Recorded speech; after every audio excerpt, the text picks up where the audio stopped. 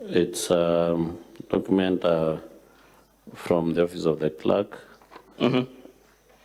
addressed to the County Secretary, that is Dr. Kiambi James Dambura Aderu, in the matter of the Constitution of Kenya 2010, the County Governments Act 2012, the County Assembly's Powers and Privileges Act 2017, and the County Assembly of Meru Standing Orders, and in the inquiry of the Sectoral Committee on Labor, Public Services, and Social Welfare, summons. So, sir, have you provided sufficient evidence to show this person was appointed without County Assembly approval? Yes, I have. Let's go to 16D, paragraph 16D of your impeachment motion. You accuse the governor of appointing unqualified persons, namely Kenneth Moitriongo, Edwin Mutuma Mrangeri, and Gitobun Kanata as chief officers without competitive recruitment and recommendation of the County Public Service Board. Have you provided any evidence to show this? Yes, I have. Let's go to, where is that evidence, sir? The evidence is on pages 253 to 260, 295 to 296, 322, 325, 326, all the way to 327, 331, 332, 334, 335, and 386 to 389. Let's go to the appointment of traffic marshals. Have you provided evidence of the appointment of these officers? Yes, I have. The governor responds by saying that this office was regularized. And she says it was a joke. That's our response in the county assembly, isn't it? Yes, they did. Have we seen her in a video? Mr. Speaker, we can play the video in support of count 4. It's a brief video.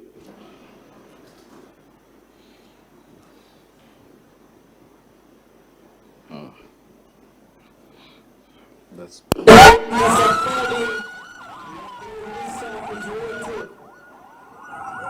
safari ya kuainisha mji wa Meru imeanza. Asante sana, asante. Na ofisi ya gavana waiza pasi kuu ya hizi pikipiki ambazo zitakuwa kila macho. Kazi kubwa ni kusaidia mji wetu wa Meru, mji wa Kwebo, mji wa Maua kutoa msongamano wa magari.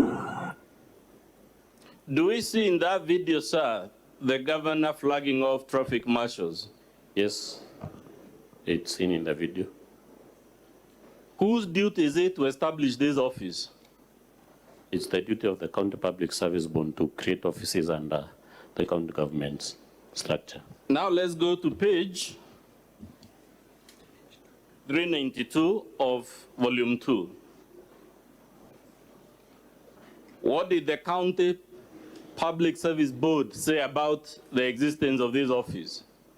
In a letter addressed to the clerk of the county assembly, in relation to the inquiry, the board or the secretary or the CEO of the Meru County Public Service Board states that the board has not employed any traffic marshals in the county public service. But on the ground in Meru, Mr. Karia, why was this a problem so that the assembly got seized of it? What were the so-called traffic marshals doing that became of concern to the assembly? After they were flagged off by the governor, they went around Meru town, arresting offenders and charging them fines irregularly. And there was a petition to the assembly in complaining about the creation of the office of the traffic marshals irregular. So in summary, sir, other than the video and the document I've shown, what other pages can you refer the Senate to prove this count? We have pages 3, 394, 398, 409 to 412, 413. You have, in paragraph 16G, accused the governor of having a bloated workforce. Have you provided evidence of this? Yes, on pages 282 to 283, 309, 345 to 352, 353, 357, 359 to 362, and 362 to 382. Let's go to page 361 to 362 and speak about a particular cadre of staff in the governor's office. How many cleaners are shown there? That is from number 73 to 93, that is roughly 20. Page number 73 to? Entry number 73 to entry number 90. To entry on the next page, to entry number 111. How many cleaners are those? Would I be right to say they are 38? Yes, they are. Let's see how some of these officers styled as cleaners, how they are described on the payroll.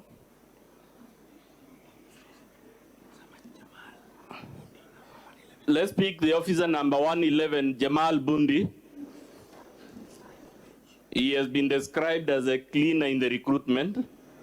Now let's go to page 379 and see his payslip. What is his designation?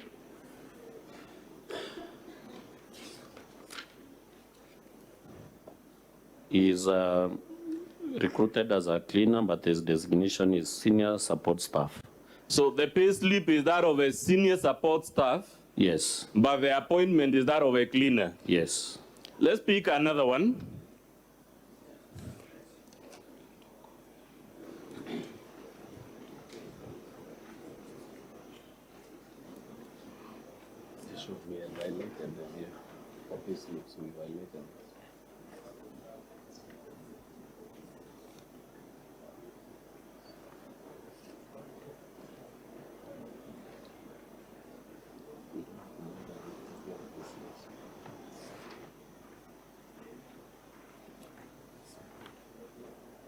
At page 381, at the bottom, what is the name of the officer?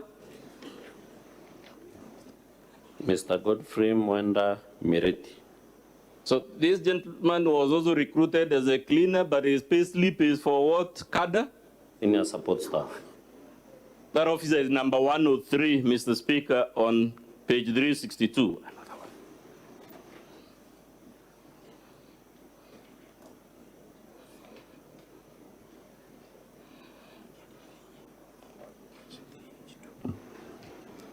Page 382, the officer there is named. There are actually two of them. I'll show him. Miss Faith Kendi Kidinji and Miss Glory Kinya Kinoti. Would you consider it irregular for officers to be hired as cleaners, then paid on the pay grade of senior support staff? Sorry? Is it an irregularity to employ persons as cleaners, then on the payroll, pay them as senior support staff? Yes, it is an illegality. Would you know why this irregularity has been taking place in Meru? I believe it is for the governor to reward our cronies. To reward our cronies. Yes. Let's go to count number 6. Naming a public road after her husband. Do you have any evidence of this? Yes, I have.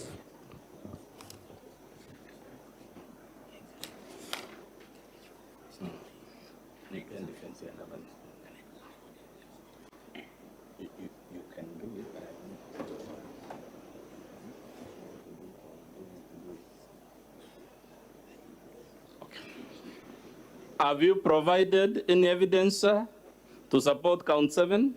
Yes, on pages 442 to 443 of our volume 2.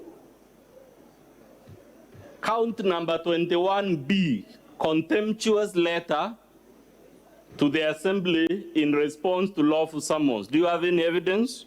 Yes, on page 301. Sorry, 311. Open 445, the letter by December. I want us to see the letter that is said to be contemptuous. You earlier on told us that governors and the CECs are obliged to supply documents to the Assembly, right? Yes. And to honor lawful summons. Yes, they should. This letter at page 444 is indicated as emanating from what office? Page 444. Office of the Governor. And who is the author at page 445? The Chief of Staff, stroke Governor's Private Secretary. Read for us the last paragraph of that letter. It reads, we hope the above settles the issue, and if you find the urge to summon the Governor to appear before the committee is irresistible, we will respectively urge the Assembly to move to court for constitutional interpretation in view of the foregoing. The